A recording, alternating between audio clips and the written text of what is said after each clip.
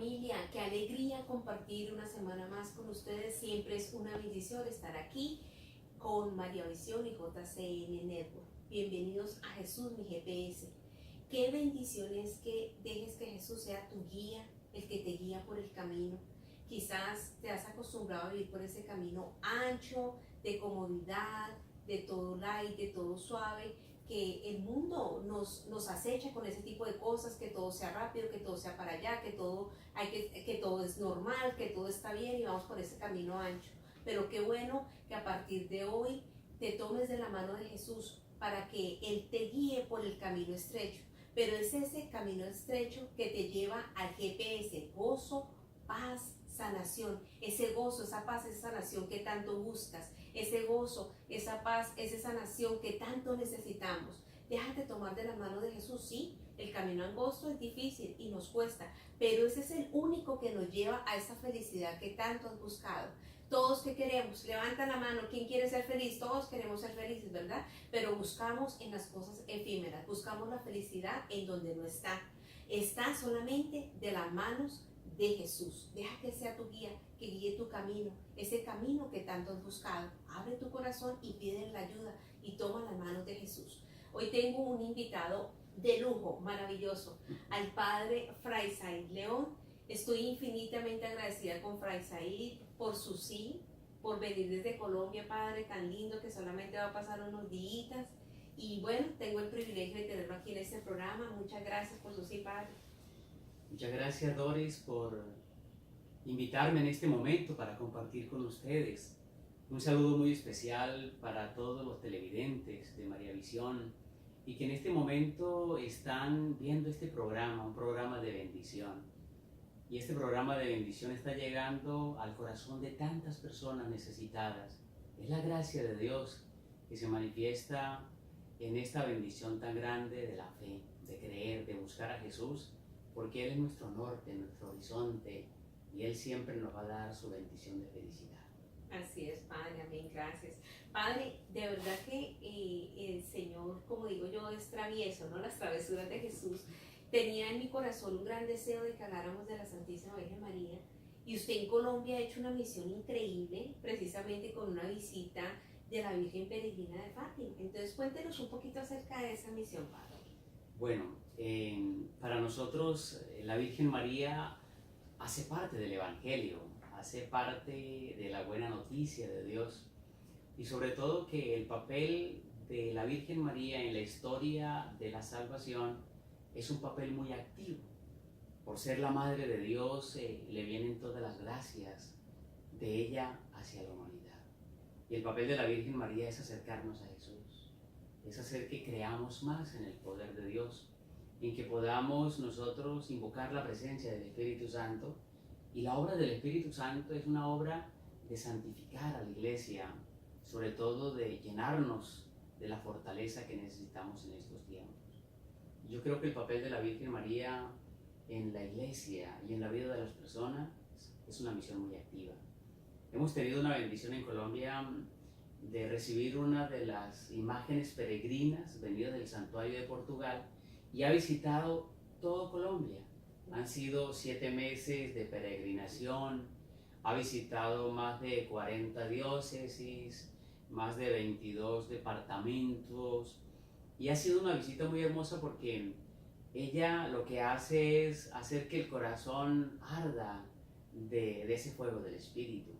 Lo que hace ella es hacer que podamos abrir el corazón para tener fe. Y eso ha traído esta imagen peregrina a Colombia. Ha sido como un renacer en la fe. Recordemos que hay 13 imágenes peregrinas que el santuario de Portugal lleva por todo el mundo. Y esas imágenes peregrinas llevan la bendición del santuario, llevan la bendición de ser una imagen consagrada. Así lo pidió Sor Lucía, para que esas imágenes recorrieran todo el mundo y nos recordaran a nosotros la importancia de la oración, la importancia del rosario, la importancia de convertirnos y sobre todo la importancia de orar por la paz del mundo. Ha sido una experiencia muy bella, ha sido una experiencia de bendición. Bendito Dios, qué bendición, Padre. Pues, Padre, yo insisto y digo, una de las cosas que más me sorprende, bueno, la Virgen María me sorprende en todo, pero quiero mencionar ahora en la boda de Caná, cuando el Señor Jesús hace el primer milagro, que Él dice no llega a mi hora. Eso me impacta porque no era la hora, pero a la petición de la Santísima Virgen se adelanta la hora. O sea, ¿cómo es la intercesión de grande de la Santísima Virgen que se adelanta la hora de Jesús, del Hijo de Dios? Y pues es así que yo pienso que prodigiosamente la Virgen María, peregrina en la advocación de Fátima, llega a Colombia en un momento de elecciones. Y yo pienso que ahí estuvo la mano de la Madre adelantando esas bodas de Caná en Colombia y nos acompañó. ¡Qué bendición! Qué bonita reflexión la que haces. En el Evangelio de San Juan, en el capítulo 2, aparece el milagro en las bodas de Caná. Y para San Juan, el primer milagro que hace Jesús es a través de la intercesión de la Virgen María. Y la Virgen María le pide a Jesús que manifieste su gloria, que manifieste su poder, intercediendo por quien le necesita. Por eso es importante en las bodas de Caná. Las bodas de Caná, el primer milagro que hace Jesús por intercesión de la Virgen María. Es el milagro donde la misericordia de Dios viene a bendecir ese hogar, esa familia que estaba en dificultades en ese momento. Y así ha ocurrido en Colombia. Ha sido como adelantar esas bodas de Caná, porque María hace que ese vino nuevo, que es la presencia de Jesús a través de la acción del Espíritu, nos traiga bendiciones de todo un país. Y llegó en un momento, era muy difícil, de elecciones, había un momento de polarización del país, pero como María nos recuerda que Jesús nos ama y que si lo invocamos a Él, Él viene a interceder esos milagros que necesitan los países y las familias y cada uno de nosotros. Así es. Y uno piensa, no, uno planea, voy a hacer esto, voy a hacer lo otro, vamos a traer a la Virgencita por 3 meses y resulta que lleva 7 meses, ¿no? Y se va a quedar por un año. Y va para otros países como Perú, Ecuador, bueno, bendito sea Dios. Bendito Dios y prodigioso, sí. Padre, me gustaría mucho porque el católico, pues no sabemos defender la fe, porque desafortunadamente nos cuesta como la formación, nos cuesta entender los misterios. Desafortunadamente el católico no tiene la costumbre de leer la palabra de Dios, pues mucho menos los documentos de concilio y todo eso. Entonces me gustaría un poco que le informemos a la gente en este programa acerca de cómo hay dogmas de fe que afianzan esa creencia de María, porque es que es bíblico, que es la Madre de Dios, la Inmaculada Concepción. Bueno, ¿cuáles son los otros dogmas, Padre? Ahora se me fueron. Bueno, la Iglesia respecto a la Virgen María ha declarado 4 dogmas, 4 verdades de fe. Y es muy importante saber que los dogmas están fundamentados en la palabra de Dios, en el Evangelio, en la lectura de la palabra, en la tradición de la Iglesia, en el magisterio de la Iglesia, que ha venido reflexionando durante muchos años. El primer dogma de fe es de la maternidad divina. Es decir, cuando en el Evangelio de San Lucas capítulo 1, el ángel le dice a la Virgen María que ella es la escogida para ser la madre de Jesús, y Jesús evidentemente hace parte del misterio de la Trinidad porque es Dios. Entonces, ese dogma de la maternidad divina es un dogma especial porque a partir de ese anuncio del ángel Gabriel a la Virgen María, se le concede y se le anuncia lo que ya Dios había elegido hace muchísimos años, es decir, escoger a una mujer para ser madre. Y esa mujer tenía que ser una mujer especial, tenía que ser una mujer inmaculada, es decir, en ella no entró el pecado, en ella siempre estuvo la gracia de Dios. Y Dios se preparó, digámoslo así como lo dicen los padres de la iglesia, como San Efrén, dice que es el palacio que Dios se preparó para habitar. Un palacio limpio, puro, inmaculado, digno de un rey, del Rey de Reyes. Y por eso entonces está el dogma de la Inmaculada Concepción. También está el dogma de la virginidad de María, María Virgen. Por eso el Evangelio de San Lucas dice que el ángel fue enviado a una mujer virgen. Y es algo muy hermoso porque lo que Dios hace es perfecto. La virginidad de María ella fue preparada para esa misión de ser la madre de Jesús, la madre de Dios y la madre de la iglesia. Y tenía que ser madre, tenía que ser virgen inmaculada. Y el último dogma es el dogma de la asunción de la Virgen al cielo. Los dogmas nos recuerdan que lo que Dios quiere hacer de la humanidad ya lo hizo en María. Es decir, que el destino nuestro es el mismo destino de ella. Es el mismo destino en el último dogma de la asunción. Es decir, que ella, lo que ya Dios hizo en ella de llevarla al cielo, es nuestro destino, es hacia donde vamos. Por lo tanto, los dogmas son verdades de fe y que nosotros creemos esas verdades de fe porque están contenidas en la Biblia, en el Evangelio, y es el camino que Dios tiene para cada uno de nosotros. Por lo tanto, los dogmas son el misterio de amor en el ser humano, ya realizado en ella, la siempre Virgen María. Padre, sabe que estaba leyendo hace poco Redentoris Mater, que precisamente menciona el primer dogma. Me encanta porque ese primer dogma salió desde el año 314 en el Concilio de Éfeso, y el Papa San Juan Pablo II, tan mariano, quiso hacer este documento Redentoris Mater, en donde habla de algo muy lindo, Padre, y es: María fue pensada desde la eternidad, desde el principio, como obra de salvación, como parte de esa obra de salvación.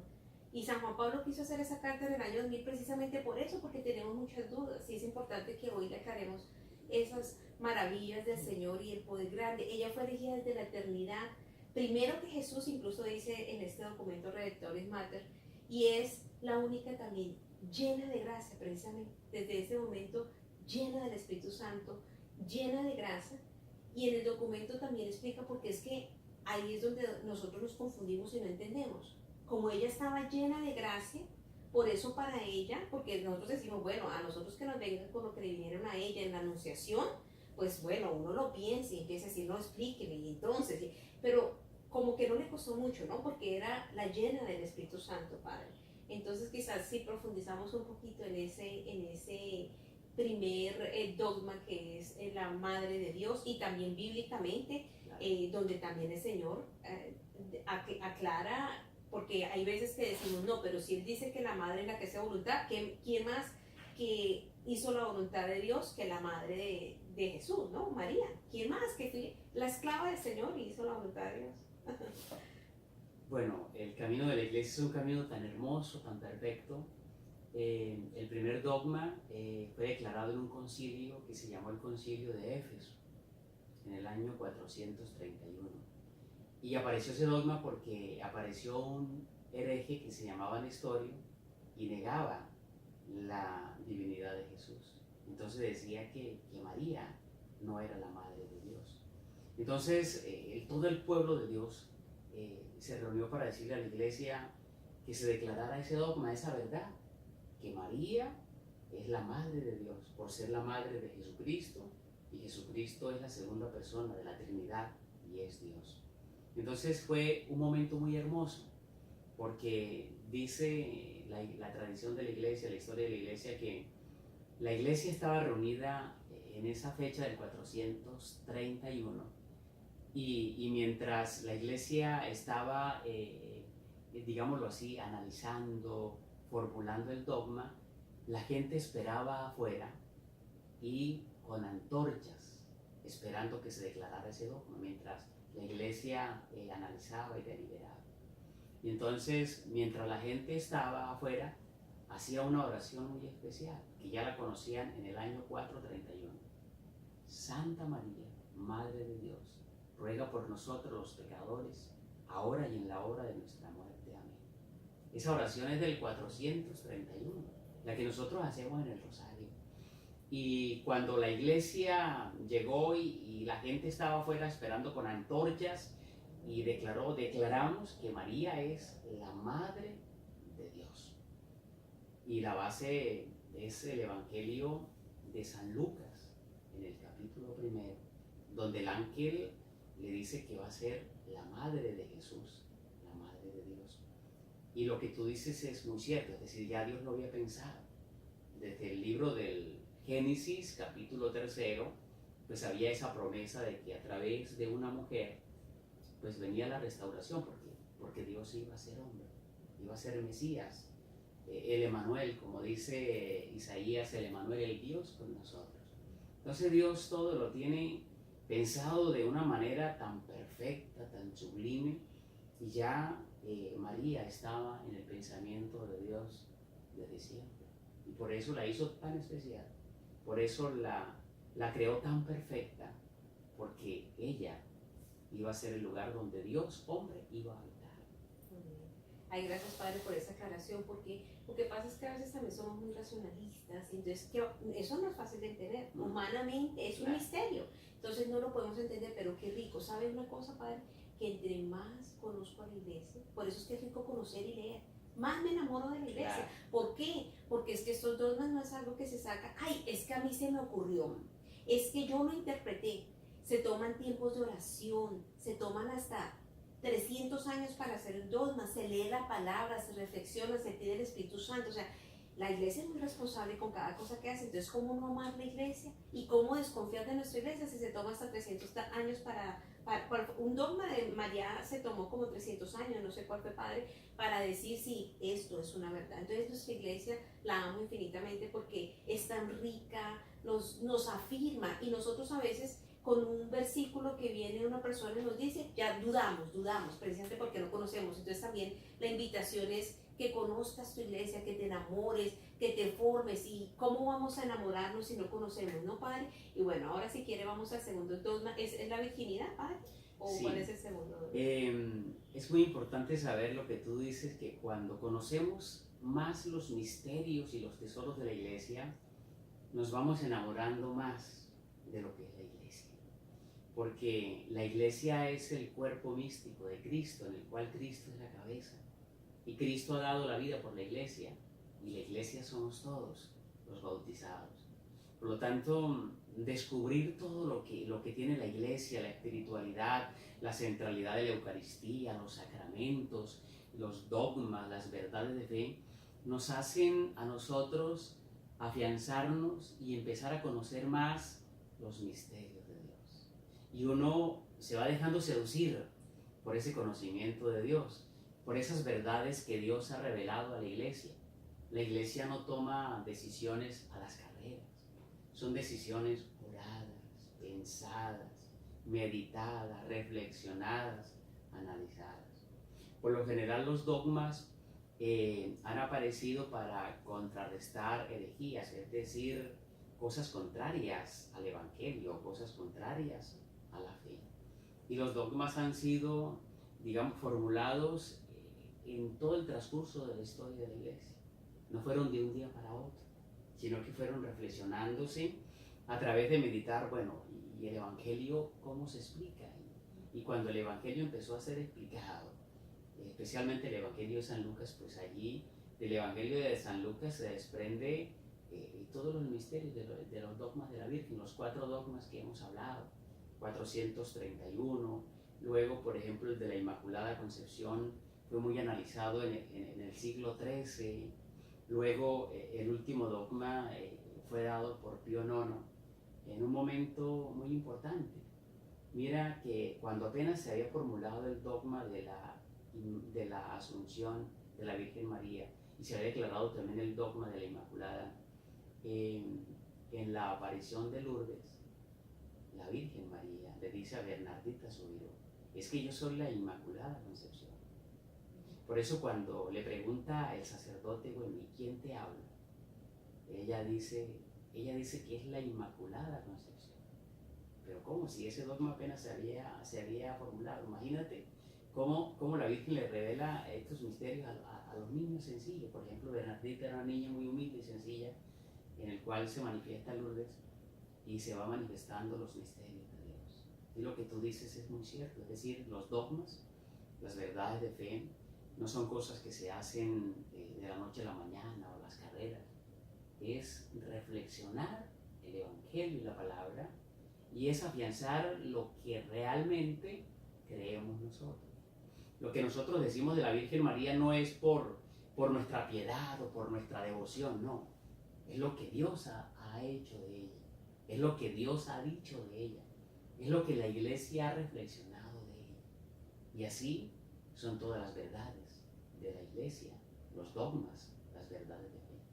Y son maneras de explicar y de que nosotros tengamos seguridad en lo que la Sagrada Escritura nos dice y que la iglesia ha afianzado, especialmente en verdades que debemos creer. Así es, Padre. Pues a mí me da como tristeza porque yo digo en Lucas, en el Santo Evangelio de San Lucas, en donde dice la anunciación, llena eres de gracia. Entonces digo yo, bueno, solamente con esa sola palabrita es suficiente para que nosotros veamos, si es la llena de gracia, ¿cómo no va a ser la Madre de Dios? ¿Cómo no va a ser virgen? ¿Cómo no va a ser concebida inmaculada? ¿Cómo no va a haber sido asunta al cielo si Elías no se lo llevó, no fue que de repente se desapareció en fuego? Dicen que Elías, y nunca he escuchado que estén refutando acerca de Elías, pero refutan acerca de la Asunción de María, ¿no? ¿Por qué será ese ataque? Pero definitivamente es eso. Qué bonito que nos adentremos en esa palabra, porque sí, es todo bíblico y los dogmas lo que vienen es aclarar, a ratificar lo que nos está diciendo la palabra de Dios. Y también cuando va a visitar a Santa Isabel, bendita entre las mujeres, o sea, esas palabritas pequeñas, si uno reflexiona, trasciende para poder entender esos dogmas de fe. Y otra cosa muy hermosa, Padre, que también siempre me maravilla de la Santísima Virgen María, es que es un error grande, que mucha gente viene y dice, no, pero es que ustedes la adoran, pero es que ella es la que hace milagros. No, ella calladita, silenciosa, nunca dijo yo, ella siempre nos conduce a Jesús, ¿no? Es algo hermoso. Y de ella debemos aprender tanto. Maximiliano María Kolbe fue un franciscano que murió en los campos de concentración nazi, y él tenía una frase muy hermosa cuando hablaba de la Virgen María y decía, ámala tanto como la ama Jesús. Qué hermoso, qué frase tan hermosa. O sea, ¿cuál es el límite o cuál es la medida para amar a la Virgen María? Y decía San Maximiliano María Kolbe, ámala tanto como la ama Jesús. ¿Quién puede llegar a esa medida? ¿Quién puede llegar como amar tanto como Jesús la ama? Entonces, para nosotros es muy importante saber eso. Y sobre todo que has hablado de algo muy importante, y es la llena de gracia. En el griego es la que charitomene, es decir, la llena completamente de gracia, porque nunca ha habido una unidad tan perfecta entre Dios y el ser humano como la unidad que ha existido entre Dios, Padre, Hijo y Espíritu Santo, y en la Virgen María. O sea, en ella nada detiene el poder de Dios, en ella nada detiene la gracia, en ella es una unidad total, o sea, hay una plenitud.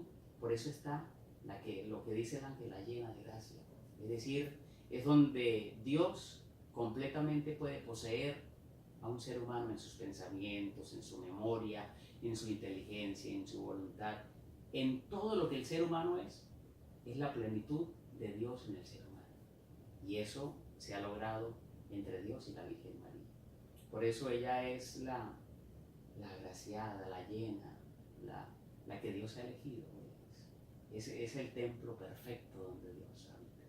Amén. Gracias, Padre. Sí, hay tanto, Padre, que hablar de la Santísima Virgen María, de su misión en ese plan de salvación, tantas cosas que resaltar, ¿no? En la misma anunciación, que ella podía haber sido apedreada, porque una mujer que fuera adúltera podía ser apedreada, de esa misión tan grande que le es encomendada a cuidar al Hijo de Dios, que le causó, por eso decía Simeón, una espada de dolor atravesará tu alma.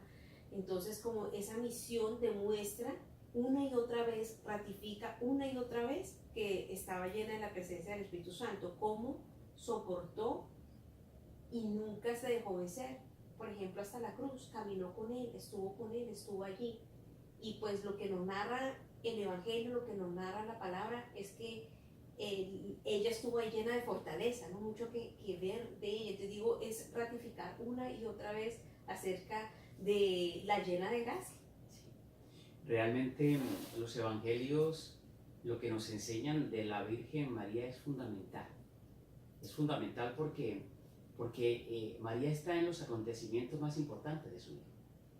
Está en el momento de la anunciación, la encarnación, evidentemente en el nacimiento, evidentemente Jesús aprendió todo a través de la Virgen.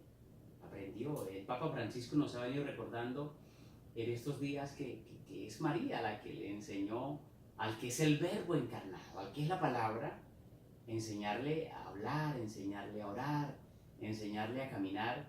Es increíble cómo Dios es tan humilde para dejar que la madre al Verbo encarnado le enseñe a hablar. Él es la palabra. Él es la sabiduría y le enseña a orar si a él se le dirige la oración. Entonces miren la humildad de Dios para dejarse enseñar por la madre. Es un misterio muy grande. Sí. Y ha estado en los misterios más importantes, en las bodas de Caná y especialmente al pie de la cruz. San Juan nos va a decir que allí, de pie junto a la cruz, estaba la madre de Jesús, allí cumpliendo ese momento tan importante. En el momento, por ejemplo, de Pentecostés, cuando la iglesia estaba orando, cuando María estaba acompañando a los apóstoles, viene el Espíritu Santo y ahí estaba la Virgen María intercediendo por la iglesia y orando por la iglesia. Entonces María hace parte del Evangelio porque está en los acontecimientos grandes de la salvación de Dios y especialmente en el dolor de su hijo. Por eso María es colaboradora, ayuda a ese plan de redención y lo hace como madre. Y por eso la iglesia la reconoce a ella como madre de la iglesia, porque junto a la cruz de Jesús, allí al pie de la cruz de Jesús, allí está naciendo una creación nueva. Y ahí está la madre y está el hijo. Ahí está la creación nueva. Y esa creación nueva es la de todos recibimos gracia tras gracia, perdón tras perdón, bendición tras bendición, a través de ella. Y ahora que estábamos hablando de la cruz, bueno, imagínate, casi nada nos pasa y nosotros desobedientes, no que María no, que no sé qué, hablando nosotros mismos de María, dudando cuando vienen a decirnos, Padre, imagínense lo que Jesús dice, en la cruz, ahí está tu madre. ¿Qué hizo Juan? Se la llevó para la casa y es lo mismo que tenemos que hacer nosotros, nos dice a nosotros, ahí está tu madre, una madre que necesitamos nosotros, que somos la iglesia y ¿qué tenemos que hacer? Llevárnosla para la casa, ¿no, Padre? Muy importante lo que estás diciendo porque mira que el primero que quiso dudar de la Virgen María fue José. Recuerden que cuando María quedó embarazada por obra del Espíritu Santo, el primero que quiso rechazar fue José y la quiso repudiar en secreto para que no apedrearan a la Virgen. Y se le apareció un ángel y le dice, no temas en recibir a María, porque el hijo que ella está esperando es obra del Espíritu Santo. Entonces mira que el primero que quiso rechazar y dudar fue José, siendo un hombre justo y bueno. Pero Dios se le apareció en sueños a través de un ángel y le dice, no temas en recibir a la Virgen María, a ella, porque el hijo que está esperando es obra del Espíritu. Y si miramos, por ejemplo, también en el Evangelio de San Juan, capítulo 19, donde Jesús, en el momento más doloroso de su vida, en el momento donde estaba entregando y con el último suspiro que salía de su corazón, ya agonizando, le dice a Juan, he ahí a tu madre. Y por eso Jesús nos regala a la Virgen en los momentos más difíciles. Y así ha sido. El momento, por ejemplo, de la historia de la iglesia, ella ha estado en los momentos más difíciles. El momento de las persecuciones, fue la Virgen quien les animó a los apóstoles a que dieran la vida. Y así en la historia de la iglesia, si recordamos, por ejemplo, Fátima, en el año de 1917 fue el tema de la Primera Guerra Mundial. Y ella aparece como para decirnos, la paz está en Dios. Entonces, ella ha sido enviada y se sigue manifestando como la iglesia nos enseña, o sea, con discernimiento, en los momentos más difíciles de la historia. Es como un bálsamo, porque el bálsamo de ella es recordarnos que Jesús nos ama y que Dios ama a la humanidad. Y eso es lo que ella nos recuerda, que volvamos a Dios y que haya conversión en nuestros corazones. Amén. Queda poco tiempo. Entonces, bueno, como usted mencionó Pentecostés, también yo quisiera como que nos profundice un ratico, porque no queda mucho tiempo, Padre, en eso, porque mire, uno piensa, estuvo presente como usted en el momento más importante, estaba la Virgen y los discípulos. ¿Y qué pasó después de eso, Padre? El nacimiento de la iglesia. ¿Y quién acompañó a los discípulos, Padre? ¿Cuántos años se quedó María? Dicen, yo he escuchado, no sé si sea verdad o mentira, teólogos que dicen 70 años, el acompañamiento de María a los discípulos. Entonces, ¿cómo no vamos nosotros a pedir el acompañamiento? ¿Quiénes somos nosotros para no aceptar el acompañamiento de María en nuestra vida? Sí. Y sobre todo porque decía San Luis Griñón de Montfort, santo que escribió el Tratado de la Verdadera Devoción, decía que a través de la intercesión de la Virgen María, la acción del Espíritu Santo era muy fuerte, muy poderoso, porque es siempre como un Pentecostés siempre, ahí donde está María y le pedimos a ella que interceda para que el Espíritu Santo venga, es como un Pentecostés siempre. El Pentecostés que se da en Hechos de los Apóstoles capítulo 2, se da cuando en su corazón inmaculado se une a la oración que uno le pide para que el Espíritu Santo venga, y ocurre esa gracia de Pentecostés. Entonces ella es importante porque acompaña a la iglesia. Y mira que el Papa Francisco, una de las últimas celebraciones o fiestas que nos regala a la iglesia es María, Madre de la Iglesia. Qué fiesta tan hermosa. Y que el Papa Francisco nos regaló en este año. Esa fiesta a la iglesia, María como Madre de la Iglesia. Antes se hacía como misa votiva, pero ahora es una misa que hay que celebrarla, ¿cierto? Entonces ella siempre está pidiendo, intercediendo para que el Espíritu Santo venga a ungirnos con más fuerza y se dé esa gracia de Pentecostés en la vida de nosotros diariamente. Bueno, lo que yo les quiero decir en palabras muy sencillas es que haz la prueba, ¿qué tienes que perder? Ahí te reto, haz la pruebita, 6 meses. Si hay quejas y reclamos, puedes escribir a María Visión y te quejas de esto que te estoy diciendo, pero te reto, 6 meses, rosario diario, rosario, y tú vas a ver maravillas, bendiciones, porque ella, tú le dices, adelanta ese tiempo para mí también, adelanta esas bodas de Caná para mí, con el rosario, no te dejes engañar. El Señor Jesús nos dejó ese gran regalo en la cruz, acompañó a los discípulos, aquí el Padre nos profundizó en esos dogmas, que obviamente se requieren muchos programas para eso, pero así, muy rápidamente, pero profundamente. Ama a la Mamita María y acéptala. Yo me despido una vez, Padre, pero usted es el que va a cerrar. Les doy gracias por estar cada semana aquí. Que el Señor los bendiga, gracias por ese sí. Y le digo, Padre, mil gracias por acompañarnos, por el sí. Le pido, por favor, que en 2 minuticos haga la conclusión, por favor, del tema y nos regale después de esos 2 minuticos la bendición a este maravilloso público de María Visión y de JCN Network. Qué alegría poder compartir con ustedes, a todos los que nos están viendo a través de María Visión, este regalo de poder meditar de la Virgen María, de amarla, de invocarla, de contemplar los misterios a través de su corazón, de sus labios, de su voz. Dice el profeta Oseas que con cuerdas, con lazos de amor te atraía. Y para mí ese lazo y esas cuerdas de amor es la Virgen, es ella. Ella tiene esa capacidad de atraernos, de que abramos nuestro corazón. Por lo tanto, pues ella hace parte del Evangelio. Jesús nos la ha regalado desde la cruz, y a ella tu madre. Y María Santísima viene para enseñarnos el camino de la conversión, para enseñarnos a su Hijo muy amado Jesús. Gracias, Señor, por este momento. Gracias, Señor, por este regalo de la fe. Gracias, Señor, por este regalo de nuestra Iglesia Católica, porque no estamos huérfanos, como el Papa Francisco nos ha recordado, no estamos huérfanos. Tenemos una madre, y esa madre es la Madre de Dios, la Madre de la Iglesia, y la Madre de cada uno de nosotros. Te pedimos que a través de ella, esta bendición llegue a los lugares más alejados, a los que están más necesitados de la gracia de Dios. El Señor hoy, con esa bendición maternal, les bendiga a ustedes y que ella nos lleve a Jesús, para que creamos como ella creyó, para que amemos como ella ama y amó, para que cumplamos la voluntad de Dios como ella ha cumplido la voluntad de Dios, para que sigamos a Jesucristo, porque ella fue la primera discípula de Jesús y la primera mujer creyente. Gracias, Señor, por todo lo que hemos recibido a través de los méritos de la siempre Virgen María.